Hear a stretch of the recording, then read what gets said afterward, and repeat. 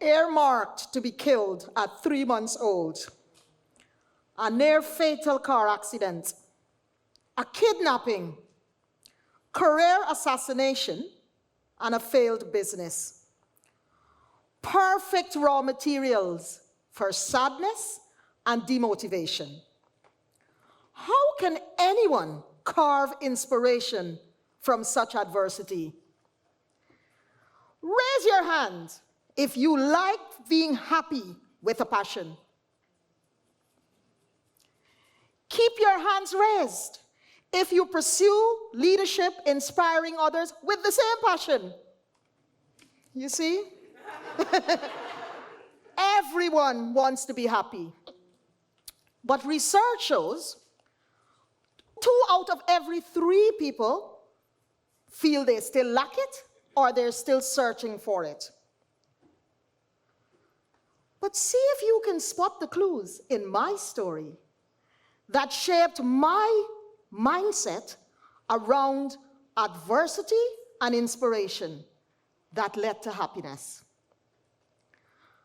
I was born in a small village in Guyana, and the vision seed of my ambition was planted by my great-grandmother, who called me Teacher Dennise 3 days after I was born. She was completely blind. 5 days into my teaching journey, my passion for teaching got me expelled from school. The teacher said I was a disruption. I kept wanting to teach while she was teaching. I was just 5 years old. The pain of that expulsion was the birth of my resilience. I remember the tears. Even my mom couldn't console me. But I looked around and I saw I was surrounded by pebbles, bricks, and empty cans. So I gathered them up and started teaching them. You see, there was no opposition from the pebbles. My resilience sparked resourcefulness in my mom and the teacher. My mom used her gift of cooking to get me books. And the teacher used her contacts to find me a tutor. And together, it landed me in the top girls' school in my country. A dream come true for my parents. For me, an absolute nightmare. New school shoes, new uniform at the start of the school year, a posh accent, exotic holidays, none of which I had compared to the others. I did not belong. So I thought, I'll use the Pebbles methodology. Pretense. I showed off the big house I lived in that I cut from a magazine found on the bus. I lied about what my parents did just to fit in. But unlike those pebbles, those children can talk back to me, and they were mean. I wanted out. Then on Christmas Day, I was involved in a car accident that left me in a coma for 3 days. I saw my still body lying on the bed, and me floating above my body. I can see my dad crying. And he was saying, you will make it. You are persistent. You are a leader. You're a light. And those words give me courage. And my floating body went back into the still body with a flash. And I woke up. I said, what happened? You were in a car accident. So I addressed my priority pain. Do I have to go back to school? Yes, my dad said, and you will make us proud. I returned to school 1 year later, believing I'm a leader with a purpose to make my parents proud. I was going to make it. I'm persistent, I'm determined, and I will ask for help. So I studied really hard with candlelight most nights. At the end of the school year, the head teacher presented me to the whole school as an inspiration. Me? An inspiration? To be honest, it felt like another out-of-body experience. But then I realized, I began to understand something. I was sad because of what I was focusing on, what I lacked. What I had was a dad who believed in me and encouraged me daily with his words and persistence. And that understanding got me through school. And I became the first of my siblings to go to university.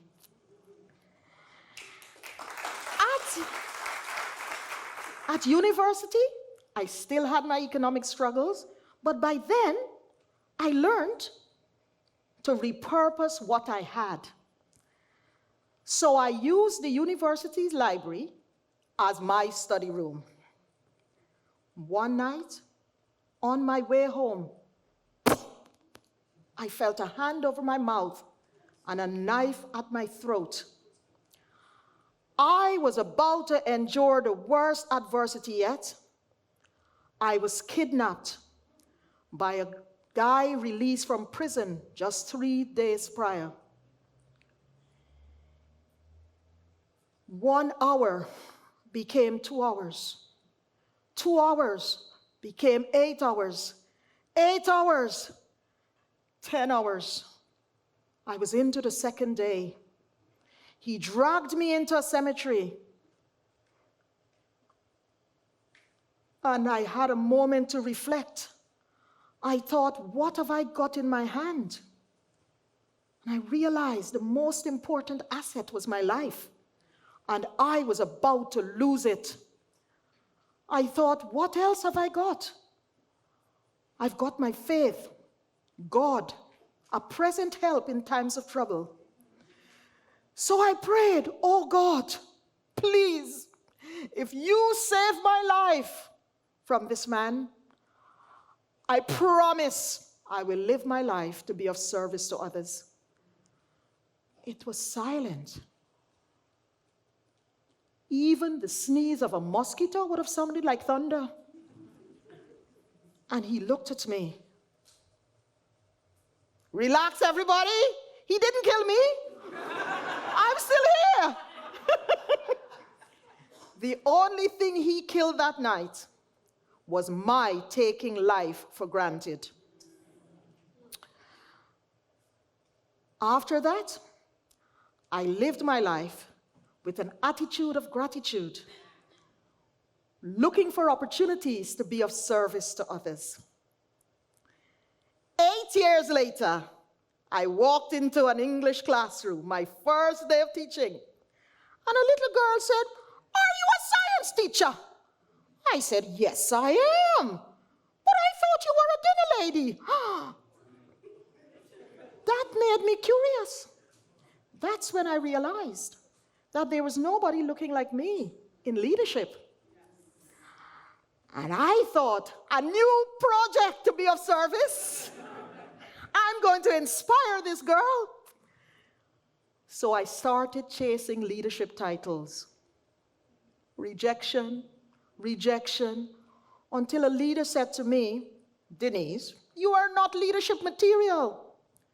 Now that pain I felt from that attack on my self-worth felt the same way as when that kidnapper violated my body. And with my head down, I walked into a classroom, and there was a girl, beautiful handwriting, and I validated her. I said, "What beautiful handwriting? What do you want to be when you grow up?"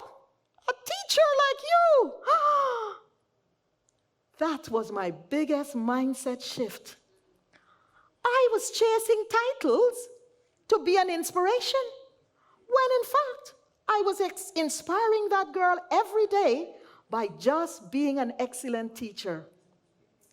Maya Angelou said, if you don't like something, change it.